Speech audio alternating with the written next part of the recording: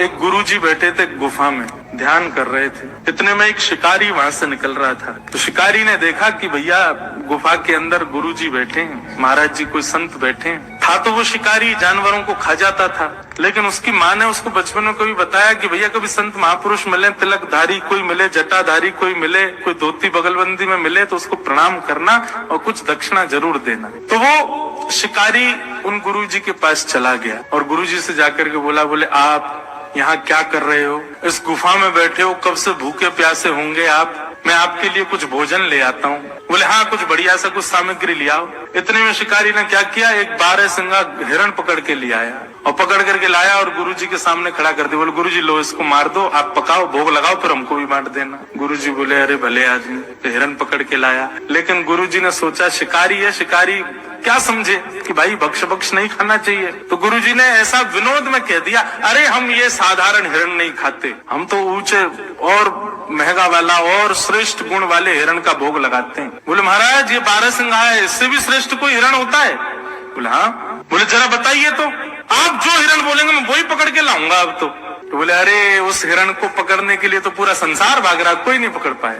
बोले नहीं, मुझसे बड़ा शिकारी नहीं है जंगल में कोई, आप आज्ञा करिए, वो जैसा होगा जहां होगा पकड़ के लाऊंगा मैं उसको। आप बताइए तो सही, उस गुण के सींग कैसे, उसके पैर कैसे, उसका मुख कैसा, जरा बताइए उसके बारे में, उसका रंग कैसा।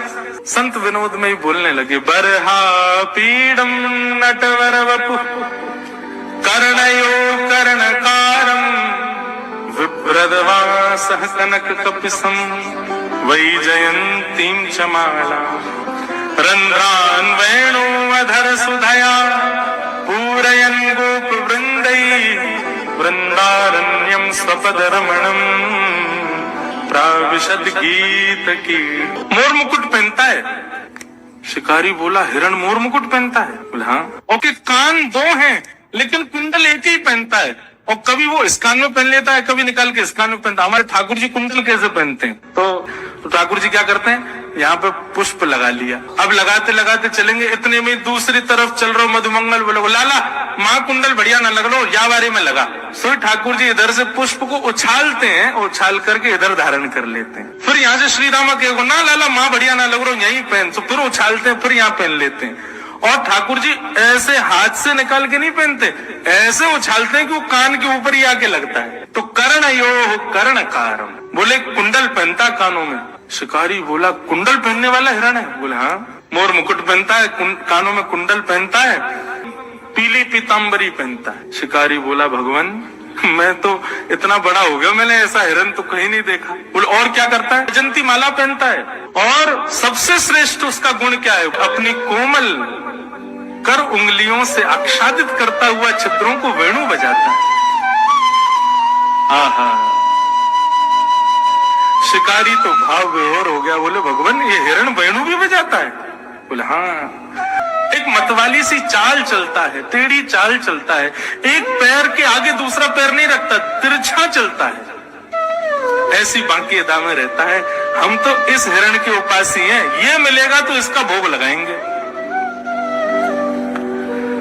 शिकारी ने कहा गुरुजी मैं आपको वचन दे के जाता हूँ, जब तक ये हिरण मुझको नहीं मिल जाएगा मैं भी भूखा रहूंगा। अब तो इसी हिरण को पकड़ के लाऊंगा, पहले आप भोग लगाना, फिर उसी का प्रसाद मुझको दे देना। अब गुरुजी तो अपने ध्यान में चले गए, बोले ठीक है जाओ अपना शिकार करो। लेकिन वो शिकारी तो बड़ा सीरियस हो गया, वो तो निकल गया। महाराज एक एक गुण लिख लिया था, अब वो ढूंढ रहा है। अब देखो गुरु की आज्ञा मान करके और वो सब गुण दे करके शिकारी भली शिकार की भावना से जा रहा है, लेकिन चिंतन तो ठाकुर जी का कर रहा है ना। सामने हिरण आ जाते हैं तो सोचता नहीं ये नहीं है, मोर मुकुट वाला होगा, ऐसा होगा।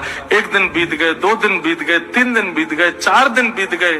भूख के कारण प्राण निकलने लगे उस शिकारी के, लेकिन सोचने लगा मेरे गुरु जी भी तो भूखे बैठे हैं, जब वो भूख सहन कर रहे हैं तो मैं क्यों नहीं करूं, अब तो इसी हिरण को पकड़ के ले जाऊंगा। इतनी व्याकुलता उसके तन में आ गई, शिथिल हो गया, गिरने लगा, ऐसी स्थिति आ गई। लेकिन सामान्य हिरण का शिकार नहीं कर रहा था, ठाकुर जी को उसका ये भाव प्रिय लग गया।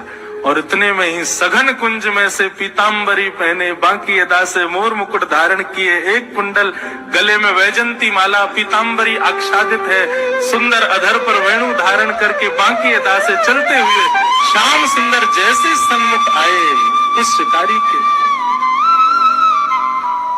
ठाकुर जी के रूप माधुरी को देख करके एक एक अंग को जब उसने देखा तो उसको याद आया गुरुजी ने जो बताया था, ये तो बिल्कुल वैसा ही है। मोर मुकुट पहने, गले में वैजंती माला है, वेणु बजा रहा है, तिरछी चाल चल रहा है, पीतांबरी पहनी है, गले कान में एक कुंडल है। तुरंत अपना जाला उठाया जिससे हिरण को पकड़ता था।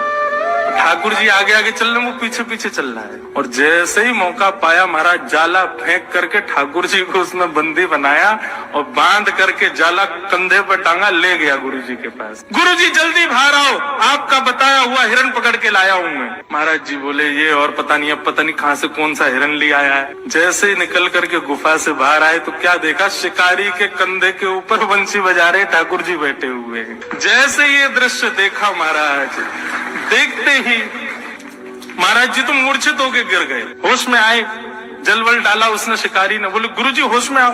गुरुजी होश में आए, बोले भैया कहाँ, गुरुजी वो हिरण लेके आऊं, बताओ कहाँ लगाऊं चूल्हा वूल्हा, इसको पकाएं बढ़िया। गुरुजी बोले भले आदमी, इनको छोड़ जल्दी।